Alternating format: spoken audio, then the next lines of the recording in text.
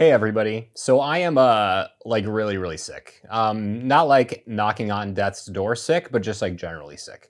I had last night I felt like I had a really bad sore throat and it got a little worse. And then I woke up and this morning I felt like that I had sleptwalked in front of a truck and got hit by it and then woke up. So I feel like trash, but here's the thing. Since I started this channel several years ago, I have not missed 1 week of posting a video every Wednesday, 9 p.m. Pacific. I'm not going to start now. This video is probably going to be pretty short because I just need to go back to bed.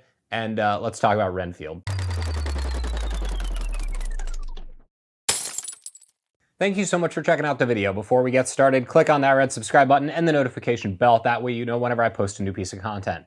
Okay, so Renfield is Dracula's lackey, his assistant, his familiar. He's been with him kind of since the beginning, and up until modern times has tended to his needs.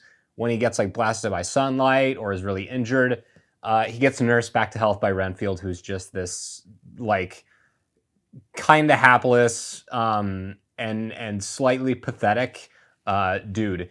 He's kind of that way because he's caught up in this like kind of relationship where it's like an abusive relationship, right? Like Dracula takes care of him by giving him superpowers when he eats bugs. It's a whole thing. And then he tends to Dracula. It's an abusive relationship. It's basically Stockholm syndrome. Renfield is played by Nicholas Hoult. And to his credit, this movie is really all about him. It would be very easy to have this movie overshadowed by the biggest actor, which is Nicolas Cage, who plays Dracula. But fortunately, he's not. He doesn't overshadow the picture, and this is very much, the movie's called Renfield, and this movie is about Renfield, and I appreciate and respect that. This movie is also really funny. It's got some good actors like Ben Schwartz, obviously the title character, and it's cool to see Nicolas Cage kind of ham it up and do his thing. This movie was really kind of undersold and I think dumped on by its marketing.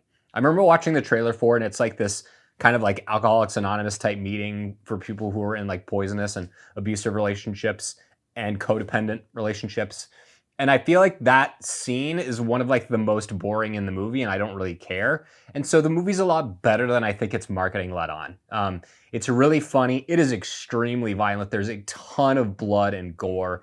But it's also really fun and really enjoyable. I like that about it. It's just way better than I thought it would be. The last couple of movies I've watched between Dungeons and Dragons and Renfield, I've been pleasantly surprised by how good some of these movies are and how just outright entertaining and confidently made they are. And this is the same with Renfield, which is a really enjoyable movie. Came out a couple months ago. I was pleasantly surprised in how much I enjoyed it. So yeah, I dig it. If you like schlocky, fun, over-the-top, violent horror comedies, this is the one for you. Thank you so much for checking out the video. If you liked it, found it helpful, consider subscribing. You can also like and share it. That tells the powers that be that's worth promoting.